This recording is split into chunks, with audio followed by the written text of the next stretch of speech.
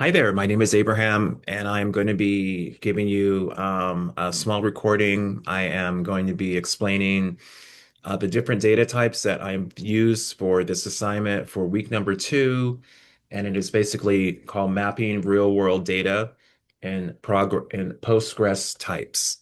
So we've been given roughly 10, or actually roughly nine different columns that have names, and we need to assign the data types to them. So what I've done is I've started from the top. Our database name or our data table is named plants.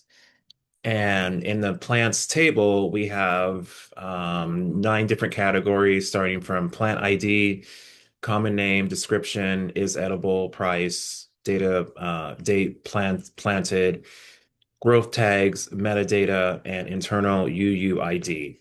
So those are the column names for the table name plants. So for the first one, I did plant, or excuse me, the first one is plant ID, and I chose a serial data type just because the plant ID may have a series of numbers that might be lengthy. So I went ahead and thought that serial data type would be appropriate for this one. So that's number one. Number two is common name. So common name is going to be under varchar. So this allows us to kind of allow a maximum amount of letters to be added into this column's name. So that would be varchar with a parentheses, a number, and then another parentheses. For the third one is going to be description. So that's going to be a text. So texts are normally just like, you know, you can just write a bunch of stuff and it's pretty forgiving. So it doesn't really give you a time, doesn't give you like a limitation. You're just going to basically give a brief description of that particular column, of that particular column. Is edible. So is edible, I chose Boolean, which is a very powerful data type. It's either yes or no. And so it's asking you a question, is edible? So that's a question, yes or no. So we would use the Boolean data type for that. Price is the next one, which is I chose price to be numeric. One thing that we have to understand is that there is numeric and there's a bool and there is decimal, which you don't want to do a decimal because decimals can be inaccurate. And especially like if you're working in finance, decimals can go, the number behind the decimal can go for affinity. So for efficiency and for exact data, that's not something that we would use. Numeric is something more common because you can actually um, create like a barrier, like you can do numeric with